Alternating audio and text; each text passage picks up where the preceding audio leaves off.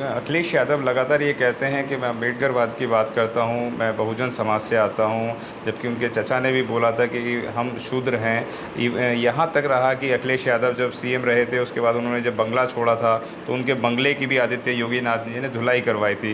तो अखिलेश यादव ने कहा था कि अब हमें पता चला है कि हम शूद्र हैं, लेकिन उनके बावजूद भी वह मठों में जाना नहीं छोड़ते हैं। लेकिन अब वो कहते हैं कि मैं अम्बेडकरवाद को आगे ले जाऊँगा, मैं बहुजनों की बात करता हूँ। इस तरीके के लगातार सोशल मीडिया पे बातें करते रहते हैं। अगर हम सीधे सीधे सवाल रखें तो अखिलेश यादव और बसपा सुप्रीमो बहन कुमारी मायावती कौन है जो उत्तर प्रदेश को ताकत का काम दे सकती हैं, क्योंकि उत्तर प्रदेश ही एक ऐसा प्रदेश है जो भारत का सबसे बड़ा प्रदेश है। क्या कहना चाहेंगे, इस प्रदेश में कौन होना चाहिए मुख्यमंत्री का दावेदार?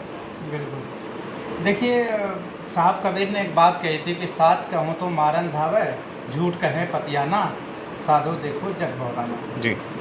तो चाहे अखिलेश यादव हों, चाहे अखिलेश यादव के चाचा हों, चाहे अखिलेश यादव के स्वर्गीय पिताजी रहे हों, तो सवाल ये है कि ऐसा तो है नहीं कि जो जाति का जो प्रभाव है वो केवल शेड्यूल कास्ट पे पड़ता है। जाति का प्रभाव वो ओबीसी पे भी पड़ता है, वो मुसलमानों पे भी पड़ता है।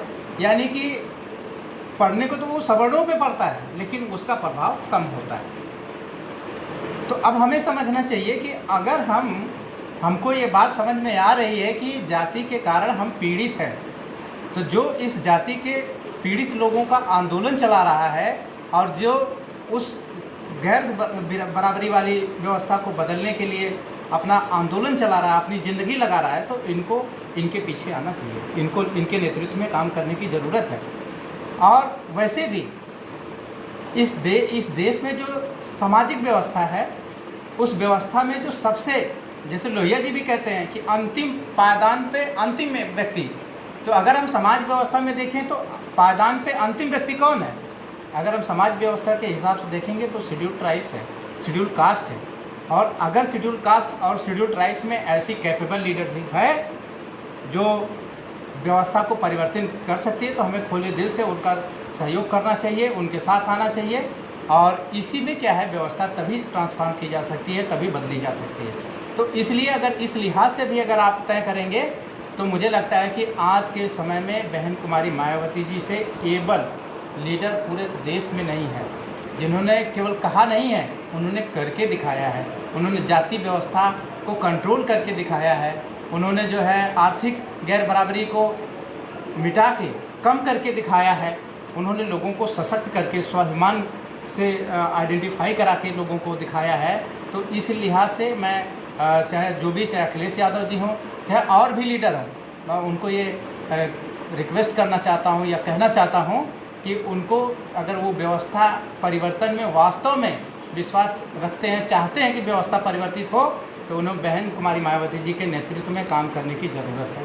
जी, बहन जी इस देश की अग्रणी नेताओं में से एक है और उनके साथ बहुत बड़ा जनमानस उनके साथ है। लेकिन जो खास करके कांग्रेस की विचारधारा वाली पार्टियां या समाजवाद की विचारधारा की पार्टियां एक जगह इकट्ठा हो रही हैं, लेकिन वो बहुजन समाज पार्टी से परहेज कर रही हैं। इसका कारण क्या? अगर इसके बारे में थोड़ा सोचेंगे, विचार करेंगे, तो आपको एक बात नज़र आएगी। जो समाजवाद है वो खास करके उसको ढोने वाले माइनॉरिटी समाज के लोग हैं, और जो कांग्रेस पार्टी है, कांग्रेस पार्टी वही अपना शासन करती है जहाँ पे खास करके मुस्लिम माइनॉरिटी और दलित इकट्ठे एक होके कांग्रेस पार्टी को सपोर्ट करते हैं। अब जब तक उन्होंने सेंटर में सपोर्ट किया तब तक कांग्रेस सेंटर में रूल की। जिन जिन प्रदेशों में दलित और माइनॉरिटी सपोर्ट करते हैं उस प्रदेशों को कांग्रेस रूल करती है।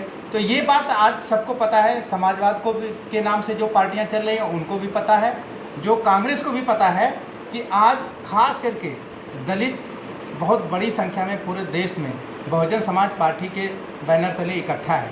और अगर माइनॉरिटी के लोग इसमें जुड़ जाते हैं, ओबीसी के लोग इसमें जुड़ जाते हैं, तो सत्ता जो है बहन जी के नेतृत्व में जब चलेगी तो लोगों को जो कांग्रेस का शासन है, जो बीजेपी का शासन है और जो बहन जी का शासन है, उसमें अंतर महसूस होने लगेगा। और जब अंतर महसूस होगा तो आपको पता है कि बहन जी ने जैसे एक बार मौका मिला 1995 सरकार चलाने का, उसके बाद से वो विकल्प बन गई उत्तर प्रदेश में। वैसे ही बहन जी देश में भी विकल्प बन जाएंगी।